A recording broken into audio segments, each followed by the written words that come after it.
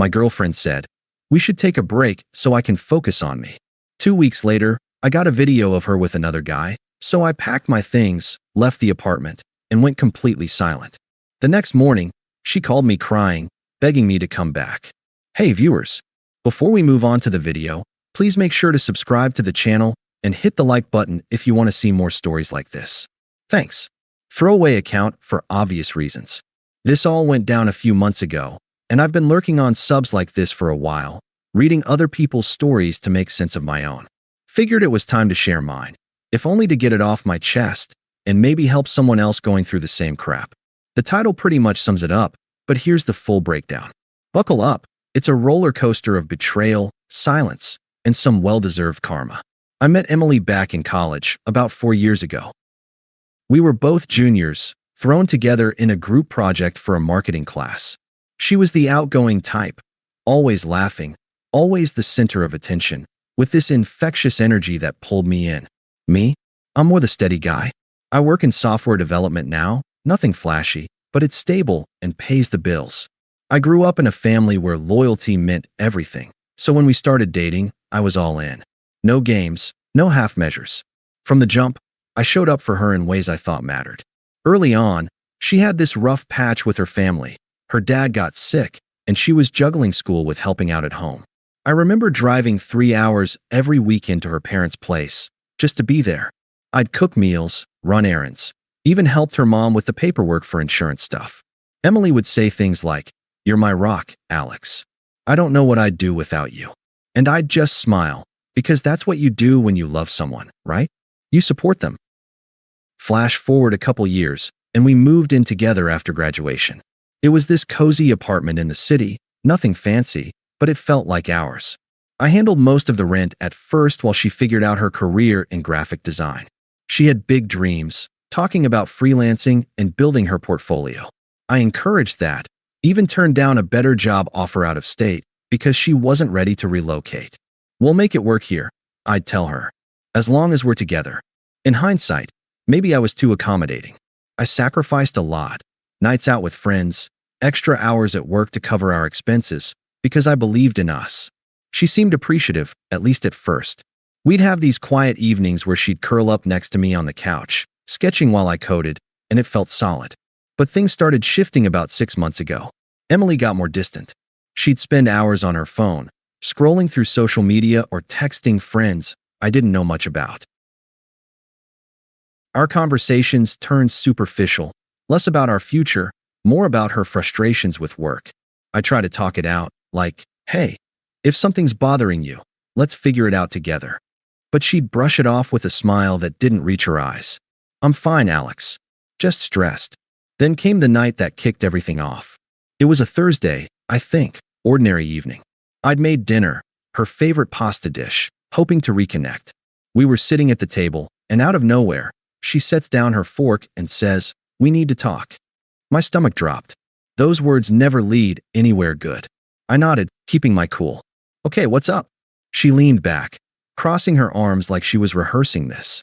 "Look, Alex, I love you. You're amazing. But I've been thinking. I need some space. We should take a break so I can focus on me." I blinked, processing. "A break? What does that mean exactly?" She sighed, like I was making it harder than it needed to be. "It means I need time to figure out my own stuff, my career, my goals. We've been together since college, and I feel like I've lost a bit of myself. You're always there, which is great, but it's suffocating sometimes. I need to breathe, explore who I am without us being so intertwined." Her words hit like a gut punch. Suffocating? I'd bent over backward to give her space when she needed it. But I stayed calm, no yelling or pleading. "So what are you saying? We're pausing everything? Dating other people?" She shrugged, avoiding my eyes. "Not necessarily dating, but yeah, space means space. No expectations. I still care about you, but I have to prioritize myself right now. It's not about you, it's about me growing." There it was, that smug undertone, like she was enlightened and I was the clueless one holding her back. Her logic was twisted. We'd built this life together, but now it was all about her journey. I could have argued, pointed out how I'd put her first so many times, but what was the point? If she wanted out, begging wouldn't change that. So I just said, "All right. if that's what you need. She looked surprised, like she expected more resistance. Really? You're okay with this? I'm not thrilled, I admitted. But if you need space, take it. I'll crash on the couch tonight. Give you the room. No, stay in the bed. I'll take the couch. She smiled faintly, like we were being mature about it. But there was this dismissive edge, like she'd already checked out. That night, I lay awake, staring at the ceiling. Confusion swirled in my head. Had I missed signs? Was I really suffocating her? I replayed our relationship. The time I skipped a work trip to be at her art show, even though it meant passing up a bonus. Or when her car broke down, and I loaned her mine for weeks while I took the bus. I'd given so much, and now I felt like a backup plan she could pause at will. It hurt, but I respected her request. No calls, no texts. I moved to a buddy's place the next day, telling her I'd grab the rest of my stuff later. She nodded, almost relieved. Thanks for understanding, Alex. This'll be good for both of us. Little did I know how quickly good would turn to garbage. The 2 weeks that followed were a weird limbo. I threw myself into work, hitting the gym more, trying to fill the void. Mornings I'd wake up on my friend's lumpy couch, checking my phone out of habit, no messages from her. Part of me hoped she'd reach out, say she missed me, but nada. Radio silence. It stung, that unfairness of it all. Here I was, loyal to a fault, giving her the space she demanded, while wondering if our years together meant nothing. Friends told me to move on, but I wasn't ready. I still believed in us, stupidly maybe. Flashback to a month before the break. Emily had been down about a freelance gig falling through. I surprised her with tickets to a design conference she'd been eyeing, dropped a chunk of savings on it. Alex, you're the best, she'd said, hugging me tight. No one gets me like you do. Now, in the silence, that memory twisted the knife. Had it all been one-sided? About 10 days in, I started hearing whispers from mutual friends. Emily's been out a lot, one said vaguely. I didn't pry, didn't want to seem desperate. But then, on day 14, my phone buzzed with a message from an acquaintance, Sarah, who we both knew from college. Hey Alex, not sure if you want to see this, but thought you should know. Attached was a video. I hesitated, heart pounding, then hit play. It was from a party the night before, loud music, dim lights. There was Emily, laughing, draped over some guy I vaguely recognized as Jake, a co-worker she'd mentioned in passing. He was the fun type, tattoos, always posting about bar hops on social media. In the clip, she was kissing him, his hands all over her, both clearly wasted. Someone in the background cheered, "Get it, Em," and she pulled back just long enough to say, slurring a bit, "This is what freedom feels like," before diving back in. The video was short, maybe 20 seconds, but it looped in my mind. Betrayal hit like a freight train. Physical cheating, sure, but the emotional gut punch was her smug joy in it. "Focus on me," she'd said. Yeah, right. This was her focusing? On some dude 2 weeks after putting us on pause? I felt discarded, like I'd been a placeholder until something exciting came along. The confusion boiled. Why the lies? Why not just end it clean? But I didn't call her. Didn't text. No confrontation, no outburst. What good would that do? She'd made her choice. Instead, I sat with it for a few hours, letting the anger simmer down to resolve. Then I drove back to the apartment that evening while she was still out. Packed my essentials, clothes, laptop, a few books, into boxes. Left the key on the counter with a short note. "Apartment's yours. Utilities are in my name. I'll transfer them out.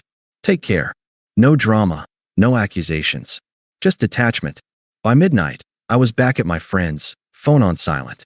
I blocked her temporarily, not out of spite, but to protect my peace.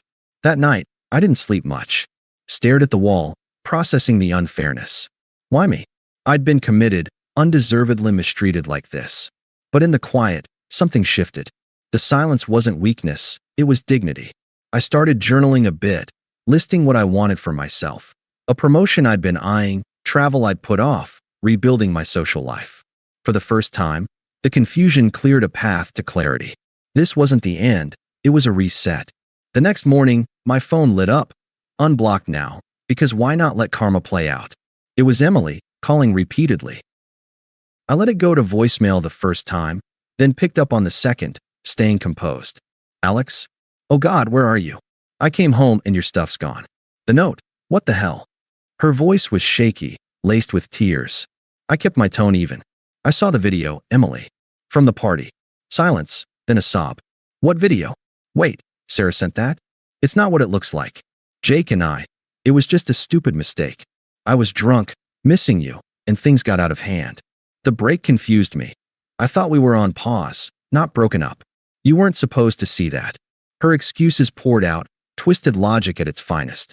I needed space, but that doesn't mean I stopped loving you. Jake means nothing. He's just a friend from work. We kissed. Yeah, but it wasn't cheating because we're on a break. Like in Friends, remember? Ross and Rachel. I almost laughed at the hypocrisy. A break you suggested to focus on you. Looks like you focused elsewhere. She sniffled, voice cracking. Please, Alex. Come back. We can talk this out. I messed up, but you're overreacting. Give me a chance to explain in person. No need, I said calmly. You've got your space now. Permanently. Then I hung up. No begging, no more words. The power in that silence felt right. But that was just the beginning of her unraveling. Emily's call that morning wasn't the end of it. It was the starting gun for her downward spiral. I'd gone silent after our brief talk. No texts, no callbacks. I unblocked her number, figuring if she wanted to dig her own grave, I'd let her. My focus shifted to rebuilding. I moved into a small studio apartment across town, nothing fancy, but it was mine. Started hitting the gym harder, signed up for a coding boot camp to boost my career. Nights were tough. Her laughter from that video haunted me, the smugness of her freedom line cutting deep. I journaled to process it, writing things like, why'd I give so much to someone who'd throw it away? But each day, the confusion faded a bit, replaced by this quiet resolve. I wasn't her backup plan anymore. About a week after I left, the rumors started trickling in.